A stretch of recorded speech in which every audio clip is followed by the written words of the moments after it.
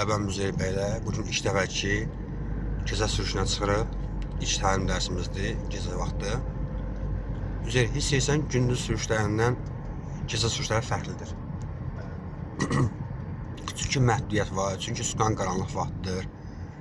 Gündüz vaxtı Uca Rəbbimizin bizə verdiyi günəş var, hər tərəfi işıqlandırır, rahat yer görmək. Amma gecə vaxtı elə deyil. Bax, gecə vaxtı bu işıq dirəkçələrindən asılıyıq. Bir də avtomobilimizin farəsindən. Azalt biraz sürətini, baxmaraq yaxşı işıqdır, görürsən qarşıda sıxlıq var. Gecə sürüşlərində bəyaz sənə başlamazdan önce izah edilən nələrə diqqət etməlisən.